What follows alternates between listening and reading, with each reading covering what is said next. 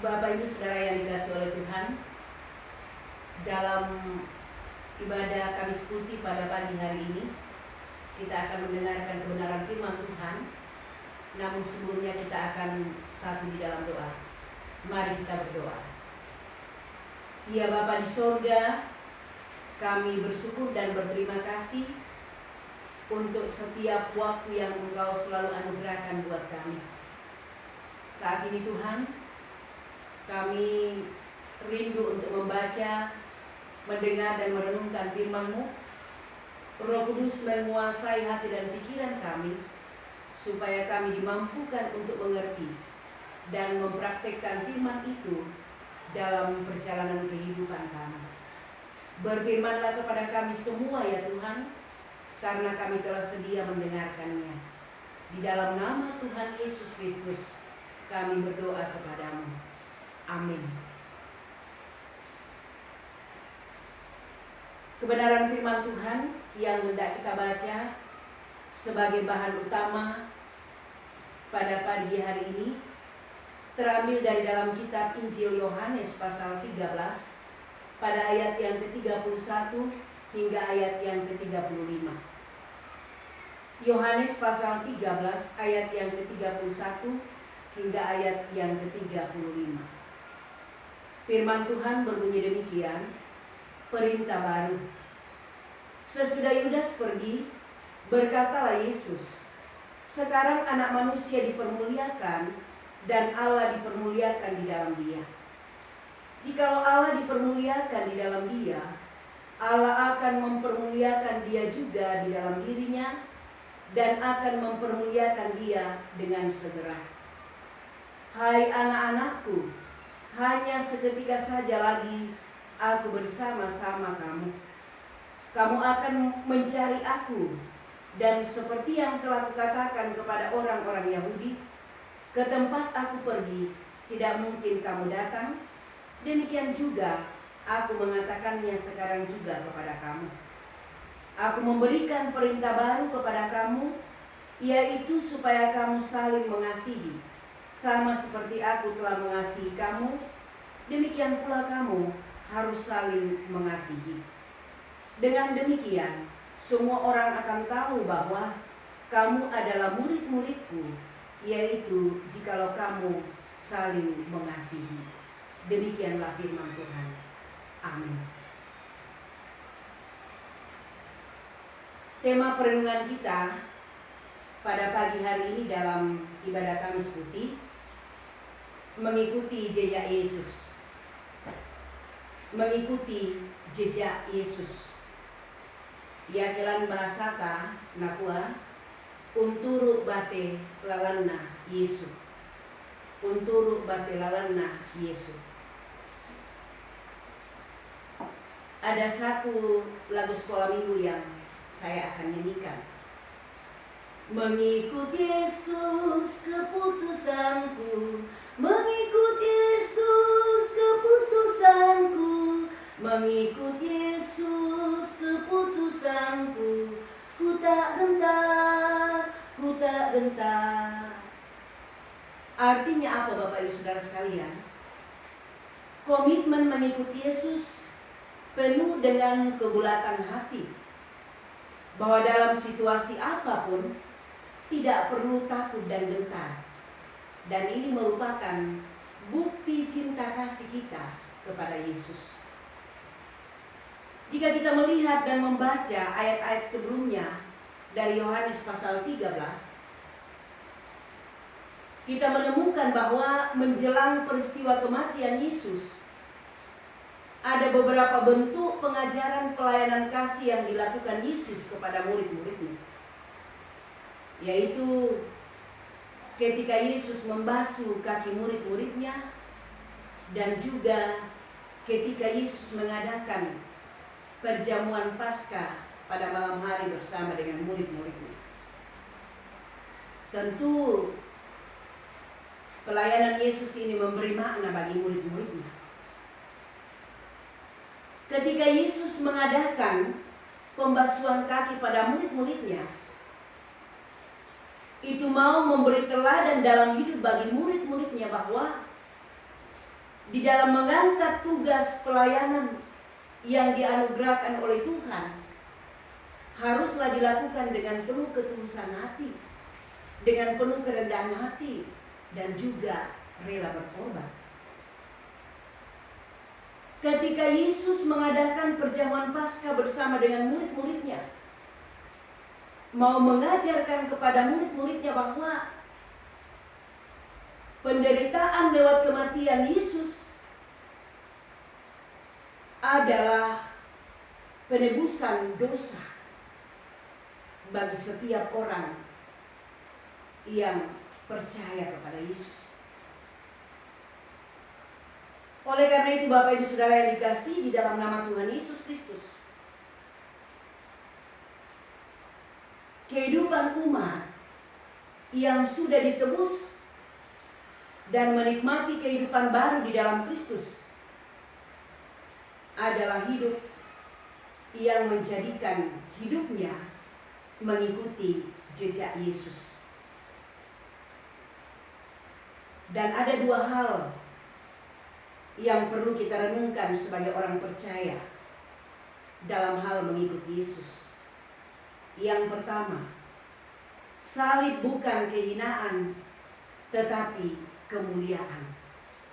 Itu kita lihat dalam bacaan kita tadi pada ayat yang ke-31 hingga ayat yang ke-32. Kendati pun Yesus sedih melihat perlakuan Yudas terhadap dirinya,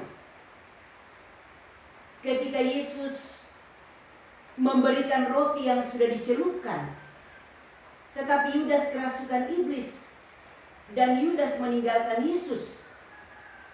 Namun peristiwa tersebut membuka kesempatan bagi Yesus untuk mempersiapkan para murid yang lain untuk menghadapi kenyataan yang akan terjadi bagi diri Yesus.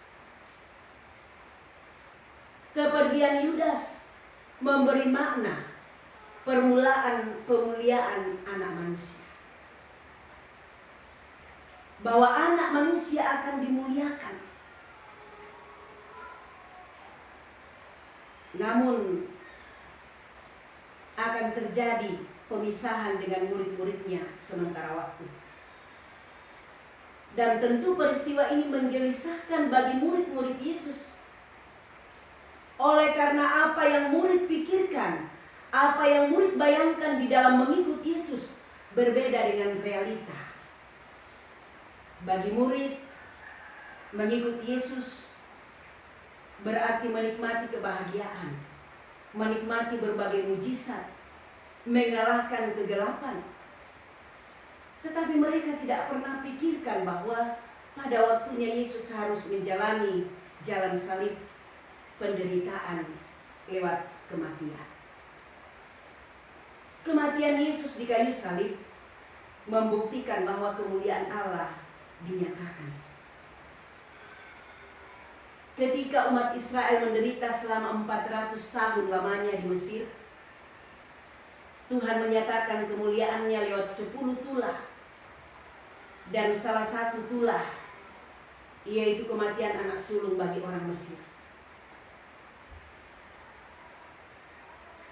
Ini mau membuktikan bagi umat Israel bahwa Allahnya adalah Allah yang berkuasa mengalahkan penderitaan.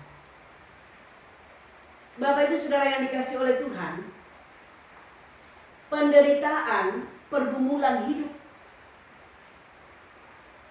adalah kondisi yang dialami oleh setiap manusia. Walaupun situasi mengalaminya itu berbeda. Tetapi Bapak Ibu Saudara sekalian, satu hal yang penting bagi orang yang mempercayakan hidupnya di dalam Kristus, bahwa jalan penderitaan itu menjadikan hidup kita semakin memancarkan kemuliaan Allah. Dengan satu keyakinan, bahwa Yesus telah mengalahkan penderitaan melalui jalan salib. Karena itu kita punya pengharapan bahwa Yesus sanggup mengubah air mata, mengubah kesulitan menjadi mata air kehidupan. Hal yang kedua, saling mengasihi menjadikan hidup ini menjadi saksi Kristus pada ayat yang ke-34 sampai ayat yang ke-35. Kasih adalah dasar kehidupan umat percaya. Karena itu di dalam penekanan hukum kasih dikatakan itu adalah merupakan yang utama dan yang terutama. Mengapa Bapak Ibu Saudara sekalian? Karena dengan kasih manusia dapat mengalami relasi yang indah bagi sesama. Dengan kasih terjadi kedekatan batin atau kedekatan emosional antara manusia dengan sesama. Kasih yang sifatnya persahabatan kadang tidak abadi. Seperti yang dialami oleh murid Yesus. Bahwa mereka melihat Yesus itu sebagai sahabat, juga sebagai guru, namun ada hal yang Yesus lihat dari diri mereka, yakni persahabatan mereka akan luntur. Yudas mengkhianati Yesus. Itulah sebabnya Yesus mengajarkan dalam kitab Injil Yohanes pasal 15 ayat yang ke-12 hingga ayat yang ke-13. Inilah perintahku, yaitu supaya kamu saling mengasihi seperti aku telah mengasihi kamu. Tidak ada kasih yang lebih besar daripada kasih seorang yang memberikan nyawanya untuk sahabat-sahabatnya. Itu berarti kasih agape, kasih yang dialami Yesus dan yang diajarkan Yesus adalah sifatnya penuh dengan pengorbanan. Kasih yang penuh dengan ketulusan dan kerelaan. Yesus melihat bahwa ada di antara muridnya yang tidak rela berkorban demi sahabatnya. Karena itu Yesus berpesan pada ayat yang ke-34 bacaan kita. Aku memberikan perintah baru kepada kamu, yakni saling mengasihi, supaya dunia tahu bahwa kamu adalah muridku. Ayat yang ke-35. Mengapa saling mengasihi menurut Yesus adalah perintah baru? Supaya kita tinggal di dalam kasih itu, yaitu saling mengasihi. Yesus mengajarkan kasih yang rela berkorban, tidak mengharapkan imbalan. Kasih yang hadir dalam segala situasi bagi sesama. Dan jika demikian, kita disebut sebagai murid Kristus. Saudaraku yang dikasih di dalam nama Tuhan Yesus Kristus, tindakan kasih yang sering kita lakukan dalam hidup ini, mestinya kita aminkan bahwa saya mengasihi karena Allah sudah lebih dahulu mengasihi saya. Kasih-Nya tak terbatas menembus suku, agama, ras, budaya. Inilah wujud kasih yang ditinggalkan Yesus, menjadi jejak mengikut Dia.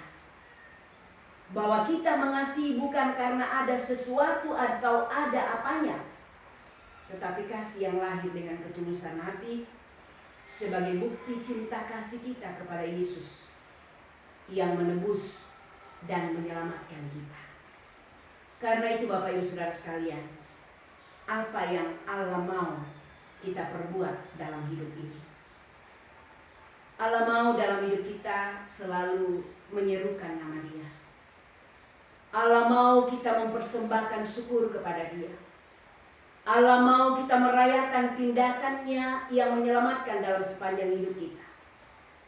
Allah mau kita menjadi murid yang sungguh mengasihi Yesus, saling melayani, mengasihi, mengampuni dalam perjumpaan dengan sesama, kapanpun dan dimanapun kita berada. Dan itulah bukti jejak mengikut Yesus, bahwa kita ini adalah saksi iman, saksi Kristus di tengah-tengah dunia. Terpujilah nama Tuhan. Amin.